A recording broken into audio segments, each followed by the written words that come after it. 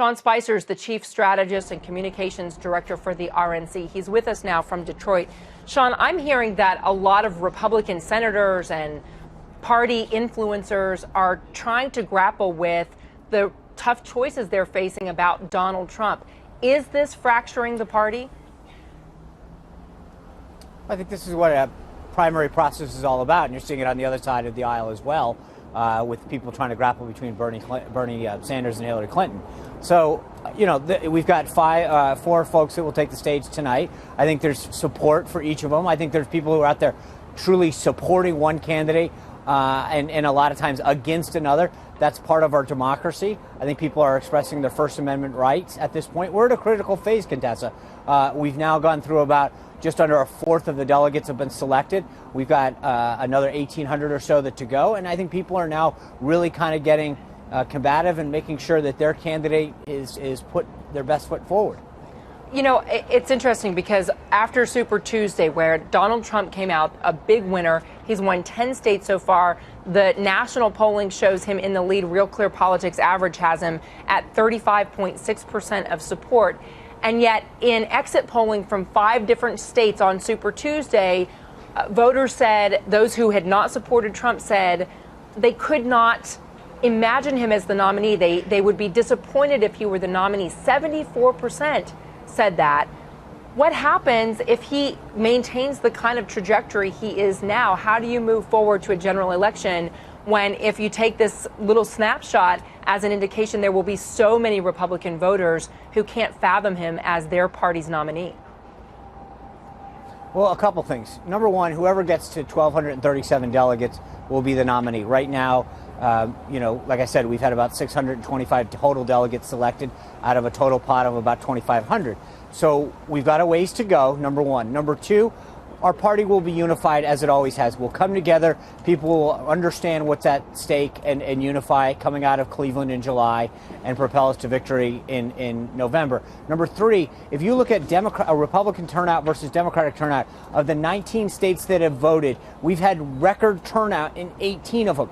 Conversely, the Democrats have been down in every single one. There's a massive enthusiasm and intensity gap between the two parties right now that clearly favors the Republican Party. And number four, look at the alternative.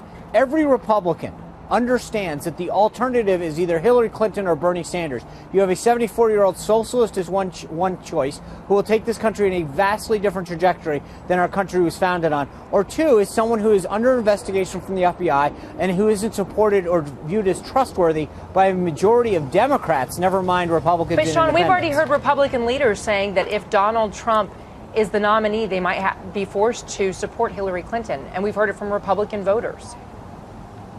Right. And we're in the midst of a primary, and it's tough, and people are out there throwing elbows, and they're out there supporting the candidates that they want to support and talking down the candidates that they don't support. That's called politics. That's the heat of a primary season. I think you're seeing a lot of elbows being thrown on the Democratic side, too. Barack Obama and Hillary Clinton went at it epically in 2008, said some pretty nasty things about each other, got together in July of that year. Barack Obama won a resounding win, and then he chose her for his cabinet. I mean, stranger things have happened. I feel very confident that our party will unify and will win in November. But right now it doesn't look that way. And when you have the former nominee, Mitt Romney, giving a speech that was covered live where he's calling Donald Trump a phony and calling him out for lying and calling him out for his lack of foreign policy experience, does that do damage itself to the Republican Party? And how's the RNC go forward from there? Well, look, I think at the end of the day, calling people names and tweeting out things back and forth, I'm not a huge fan of it. I understand it's part of the process. But look, that's what happens in our political system at crucial points in the election process.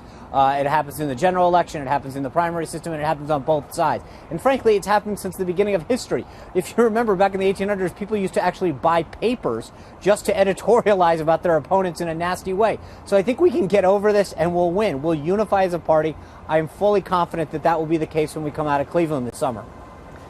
When you're looking at the potential for a third-party candidate, Bloomberg has already expressed his interest, and now political insiders are looking at the Republican side and wondering whether someone like Mitt Romney would get in the race just to destroy Donald Trump's chances at the White House. Is that something, an eventuality that the RNC at all is trying to wrap its head around? Well, I think on the Bloomberg front, hey, we would encourage Michael Bloomberg to jump in the race. I'm sure you would. If Bloomberg runs in, that's two Democrats running. We like our chances with that. I think he puts a lot of states into play that might not otherwise be competitive.